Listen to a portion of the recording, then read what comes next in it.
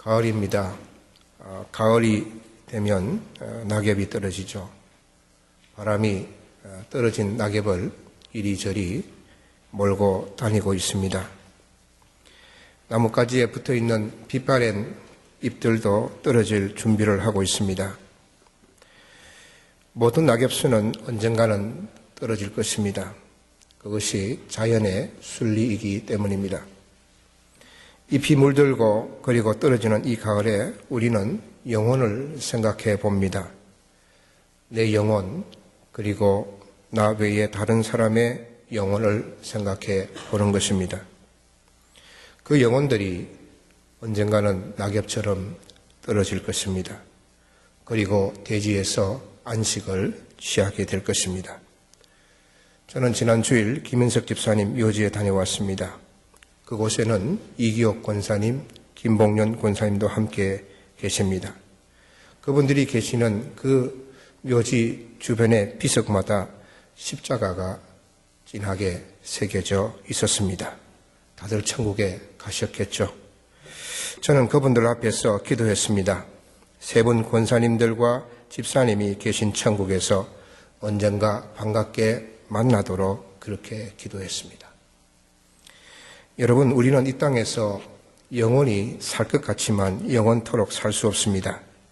그날이 언제일지 모르지만 우리는 낙엽처럼 떨어지고 싶지 않아도 떨어질 날이 있습니다. 그러나 그 떨어진 것으로 모든 것이 끝나지 않고 우리 영혼은 하늘을 향해 올라가서 천국에 이르게 될 것입니다. 그런 천국에 대한 소망이 우리에게 있습니다.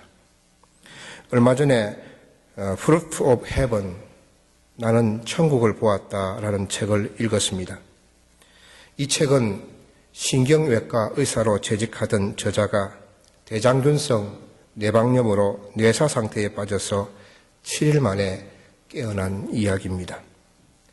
그는 신경외과 의사로 뇌가 죽은 상태에서 의식이 있다는 것을 믿지 않았습니다. 사람이 심장이 잠깐 멈추었을 때 그 순간에 의식이 살아 있을 수는 있으나 내가 죽으면 의식도 죽는다고 생각한 것입니다. 영혼을 믿지 않은 것이죠. 그런데 그가 7일 동안 뇌가 죽은 상태에서 그는 의식이 있음을 체험한 것입니다. 그리고 그는 그 의식으로 천국을 여행한 것입니다. 그는 책에서 이렇게 말했습니다. 나의 체험은 육체와 뇌의 죽음이 의식의 종말이 아니라는 것, 인간의 체험이 무덤을 넘어서까지 계속된다는 것을 보여주었다. 더욱 중요한 사실은 우리들 하나하나를 사랑하며 우주와 모든 존재들이 궁극적으로 어디로 나아가는지에 대해 보살피고 있는 그런 신의 응시하에서 우리의 의식이 계속된다는 사실이었다. 내가 간 곳은 실제했다. 우리가 살고 있는 지금 여기에 삶이 완전히 꿈처럼 느껴질 정도로 그곳은 실제했다. 우리는 가을에 낙엽을 보면서 우리도 떨어질 날을 생각해야 합니다. 그 이유는 두 가지입니다. 첫째는 우리의 삶이 달라지기 때문입니다. 떨어질 날을 우리가 생각한다면 우리가 오늘의 삶을 그냥 대충 살아갈 수가 없기 때문입니다. 두 번째로는 나에게 있는 천국 소망을 없는 자들에게 전해야 할 도전을 받기 때문입니다. 이 천국을 체험한 정신과 의사 이븐 알렉산더는 그의 신앙생활이 1년에 크리스마스나 부활절에나 교회에 얼굴을 내비치는 사람들보다는 아주 조금 나은 정도였다고 합니다. 그런데 천국을 보고 나서 그는 이렇게 말했습니다. 우리의 삶이 육체나 뇌의 죽음과 더불어 끝나는 것이 아님을 이해하게 되는 특권을 누리게 된 지금 이 몸과 이 지구를 넘어서 내가 보게 된 것에 대해 사람들에게 알리는 것이 나의 의무이자 소명이라고 생각합니다. 천국에 대한 소망은 우리의 지금의 삶을 돌아보게 하고 다른 사람들이 나와 같은 소망을 가지도록 전하게끔 하는 것입니다. 가을에는 사랑하게 하소서, 오직 한 사람을 택하게 하소서, 가장 아름다운 열매를 위하여 이 비옥한 시간을 가꾸게 하소서. 이 가을에 한 영혼을 사랑하십시오. 아직 믿지 않은 영혼을 택하셔서 가장 아름다운 열매, 구원의 열매를 위해서 여러분의 귀한 시간을 사용하십시오. 오늘 우리가 읽은 이 말씀은 너무나 잘 아는 내용입니다. 율법교사가 예수님을 찾아왔습니다. 율법교사는 당시 최고의 지성인이었습니다. 그 앞에서 누구도 아는 척 할 수 없을 정도로 뛰어난 그러한 지적인 능력을 가진 사람이었습니다. 그런 사람이 예수님께 찾아와서 질문한다는 것은 뻔한 일입니다. 율법 학교도 못 다닌 무식한 사람이 무엇을 안다고 선지자 역할을 한답시고 대중을 모아놓고 떠드느냐는 것입니다. 그래서 내 질문에 한번 대답해 볼래? 망신을 주려고 질문을 한 것입니다. 그래서 신앙생활의 가장 중요한 핵심인 영생의 문제를 들고 나왔습니다. 선생님, 내가 무엇을 하여야 영생을 얻을 수가 있겠습니까? 율법에 무엇이라 기록되어 있느냐? 내 마음을 다하며 목숨을 다하며 힘을 다하며 뜻을 다하여 주 너의 하나님을 사랑하고 또한 내 이웃을 내 자신과 같이 사랑하라 하였습니다. 예수님께서 내 대답이 옳도다. 이를 행하라. 그리하면 살리라. 그런데 율법교사는 그의 질문을 여기에서 끝내지 않고 자기를 옳게 보이려고 그러면 내 이웃이 누굽니까? 라고 물었습니다. 이 질문에 대해서 예수님은 하나의 예를 들어서 답변을 하셨습니다. 어떤 사람이 예루살렘에서 여리고로 내려가다가 강도를 만났습니다. 예루살렘에서 여리고는 약 20마일 정도 떨어져 있고 가는 길에는 산과 계곡이 험했습니다. 그러나 사람들은 이 길이 가장 빠른 길이었기 때문에 왕래가 아주 잦았습니다. 제사장이 지나갑니다. 강도 만난 자를 보고선 그냥 피해 도망갔습니다. 그 다음으로 레위인이 지나갔습니다. 똑같이 도망갔습니다. 한 사마리아 사람이 지나가게 됐는데 강도 만난 사람을 보고선 그를 응급 조치를 하고선 주막으로 데리고 갔습니다. 주막에서 그를 돌봐주고 그 다음 날 떠나면서 주막 주인에게 2데나리온을 주면서 이 사람을 돌봐주라. 혹시 더 돈이 들면 내가 돌아올 때에 갚으리라. 예수님께서 율법교사에게 이 세 사람 중에서 누가 강도 만난 자의 이웃이 되겠느냐 물었습니다. 자신 있게 이웃이 누구냐고 물었을 때는 자신만이 진정한 이웃이라고 생각한 그 율법교사는 풀이 죽은 표정으로 사마리아 사람이라 말도 하지 못하고 자비를 베푼 자입니다. 라고 대답했습니다. 그때 예수님께서 그에게 결정적인 한마디를 던지십니다. 가서 너도 이와 같이 하라. 가서 너도 이와 같이 하라. 율법에 대해서 잘 안다고 교만하지 말고 너희들이 천하게 여기는 사마리아 사람이 강도 만나 죽어가는 유대인을 아무런 조건 없이 돌봐주었듯이 너도 그렇게 하라 하신 것입니다. 여러분, 사마리아 사람이 어떤 사람들입니까? 이들은 유대인들에게 멸시당했던 사람들입니다. 유대인들에게 인간 취급을 받지 못한 사람들입니다.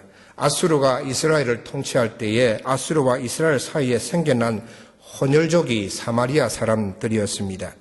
순수 혈통만을 고집하던 유대인들에게 사마리아인들은 인간이 아니었습니다. 그래서 유대인들은 사마리아 사람들과 상종하지 아니하였고 그들이 사는 지역은 오히려 지나가지도 않고 돌아갔습니다.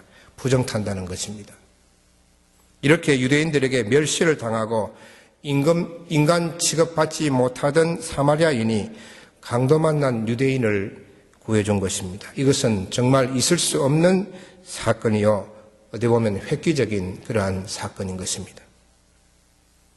여러분, 유대인들이 사마리아 사람들을 멸시한 것은 몇십 년이 아닙니다. 약 600년 이상 멸시한 것입니다. 이렇게 오랫동안 멸시했으니 사마리아 사람들의 마음은 어떠했겠습니까? 그 마음에 한이 맺혀 있는 것이죠.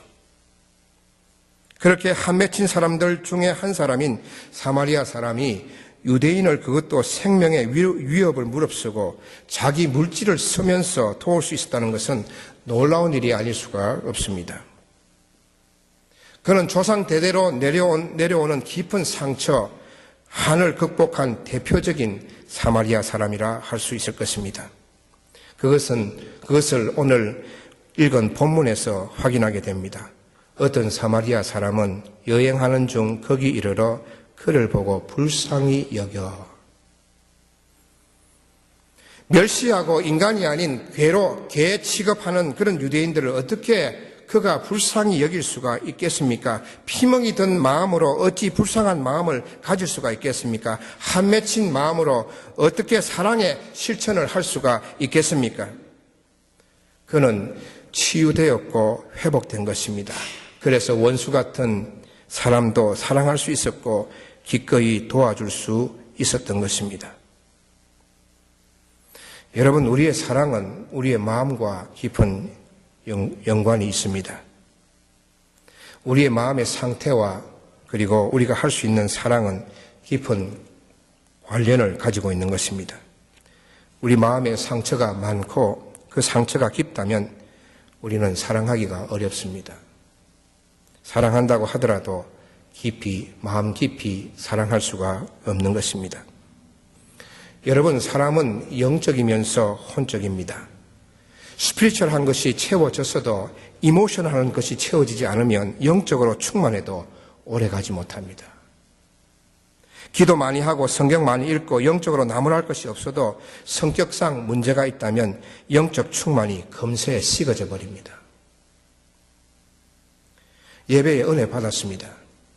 예배당 나가서 어떤 일로 나가다가 화를 내버리면 은혜 받은 거 다 쏟아버리는 것이죠. 우리 신앙은 그동안 영적인 것에만, 그것만 추구해 왔습니다. 그렇게 되면 다 될 줄 알았습니다. 예배 와서 은혜 받고 기도 열심히 해서 성령 충만하면 다 될 줄 알았습니다. 우리는 그동안 혼적인 영역을 간과해 왔습니다. 우리가 성령으로 충만하고 은혜 받았으면 우리가 변화되어야 할 부분이 바로 이 혼적인 부분인데 우리는 그것을 간과한 것이죠. 우리의 정신, 마음, 인격, 성품이 바로 우리가 변화될 영역인데 우리는 거기에 신경 쓰지 않았고 중요하게 여기지 않았습니다. 그러다 보니까 변화될 영역이 마음인데 이것이 변화되지 않으니 아무리 은혜를 많이 받아도 금세 옛사람으로 돌아가게 되는 것입니다. 여러분, 신앙 좋은 사람은 기도 많이 하고 성경 많이 읽고 교회 일 잘하는 사람이라고 생각해 왔습니다. 반만 맞는 겁니다. 신앙 좋은 사람은 기도도 많이 해야 되지만 성격도 성품도 좋은 사람이 되어야 합니다.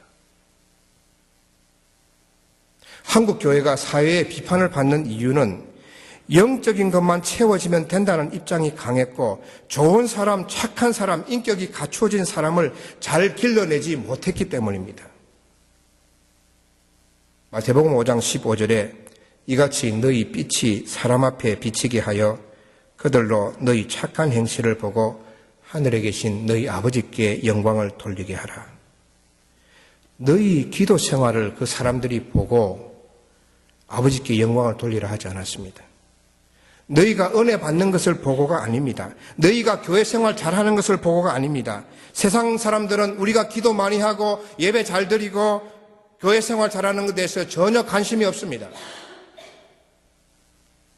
우리의 착한 행실을 보고입니다.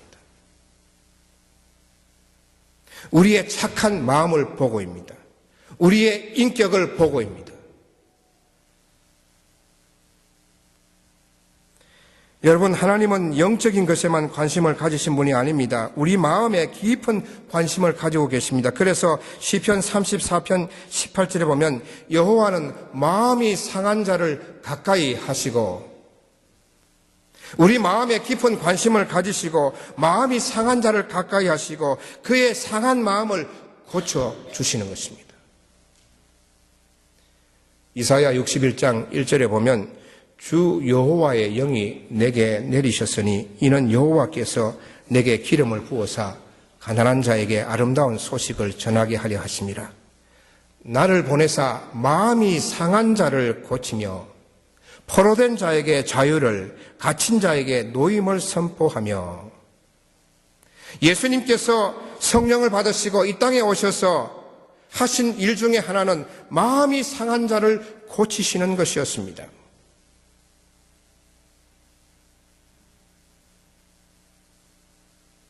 사랑하는 성도 여러분,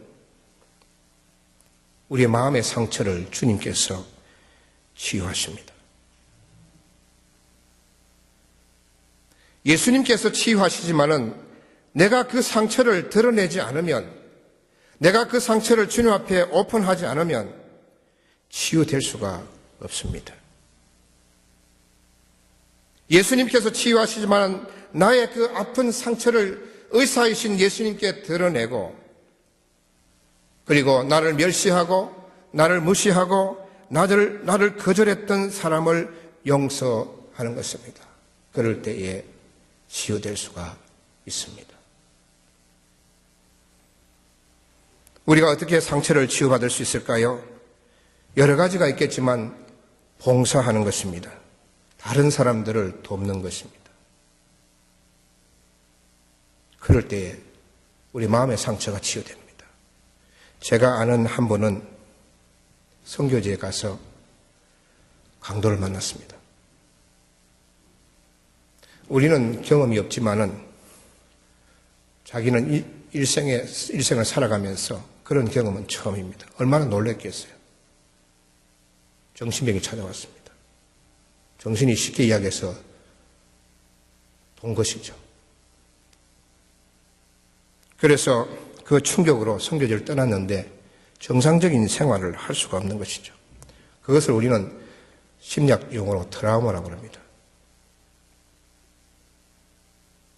그런데 지금은 건강을 회복했어요. 어떻게 회복했습니까? 주님께서 치유하셨지만은 그녀가 그 상처를 치유할 수 있었던 것은 다른 사람을 돕고 도운 후부터입니다. 지금도 열심히 다른 사람을 돕고 있습니다. 그랬을 때에 그 상처를 치유받고 정상적인 그러한 생활을 할 수 있게 되었다 하는 것입니다. 여러분, 다른 사람을 돕는 일은 귀한 일입니다. 그것은 마치 물을 흐르게 하는 것과 똑같습니다. 물이 흐르지 않으면 어떻게 됩니까? 그 물은 썩어버립니다. 그러나 흐르는 물은 절대 썩지 않습니다. 이스라엘의 갈릴리 호수는 위로부터 물을 바꿔서 아래로 계속 흘려보냅니다. 그렇기 때문에 갈릴리 호수는 생명이 사는 살아있는 물입니다. 썩지 않았습니다. 그러나 그 물만 받기만 하는 그런 사해 바다는 생명이 살 수가 없습니다. 물고기 한 마리도 없습니다. 물을 흘러보내는 것과 같은 것이 봉사하는 것입니다. 사람들을 돕는 것입니다. 그럴 때에 상처가 치유되고 건강해지는 것입니다. 교회에서 열심히 봉사하고 사회에 나가서 열심히 봉사하고 그런 장이 있다고 한다면 우리는 건강한 그러한 삶을 살아갈 수가 있는 것입니다. 왜 일하라고 합니까? 왜 계속 봉사하라고 합니까? 그것이 바로 우리의 상처를 치유하고 건강한 행복한 인생을 살 수 있는 비결이기 때문입니다. 여러분, 오드리 헵번을 아시죠? 그런 유명한 배우입니다. 한 시대를 풍미한 배우였으나 그녀의 인생은 노년에 더 아름다웠습니다. 그녀는 유니세프 친선대사가 되고 전 세계 어려운 지역의 구호활동에 앞장섰습니다. 봉사의 삶을 산 것입니다. 그녀가 죽기 1년 전 크리스마스 이브 때 그 아들에게 준 글이 여러분 잘 알다시피 감동을 줍니다. 이렇습니다. 아름다운 입술을 가지고 싶으면 친절한 말을 하라. 사랑스러운 눈을 갖고 싶으면 사람들에게서 좋은 점을 보아라. 날씬한 몸매를 갖고 싶으면 너의 음식을 배고픈 사람과 나누라. 아름다운 자세를 갖고 싶으면 결코 너 혼자 걷고 있지 않음을 명심하라. 부드러운 머리카락을 갖고 싶으면 하루에 한 번 어린이가 손가락으로 너의 머리를 쓰다듬게 하라. 사람들은 상처로부터 복구되어야 하며 낡은 것으로부터 새로워져야 하고 병으로부터 회복되어져야 하고 무지함으로부터 교화되어야 하며 고통으로부터 구원받고 또 구원받아야 한다. 결코 누구도 버려서는 안 된다. 기억하라. 만약 도움의 손이 필요하다면 너의 팔끝에 있는 손을 이용하면 된다. 너가 더 나이가 들면 손이 두 개라는 걸 발견하게 된다. 한 손은 너 자신을 돕는 손이고 다른 한 손은 다른 사람을 돕는 손이다. 그녀는 영화 배우 때 참 아름다웠습니다. 그러나 그의 인생의 마지막 기간은 처음과 비교할 수 없을 만큼 훨씬 아름답고 훌륭했습니다. 여러분, 우리는 이민자들입니다. 우리의 자녀들은 그걸 느끼지 못할 것입니다. 그러나 우리 모두는 상실의 아픔을 가진 사람들입니다. 부모를 떠나고 형제와 친구 그리고 고향을 떠났습니다. 굉장한 상실입니다. 그래서 저나 여러분 모두나 다 여러분 마음속에 맺혀 있는 것이 있고 상처가 있습니다. 그런 우리가 여기까지 오게 된 것은 하나님의 은혜입니다. 그리고 제가 생각할 때 참 여러분은 대단한 분들입니다. 사랑하는 성도 여러분, 우리는 상처를 치유하고 건강한 인생으로 나아가야 합니다.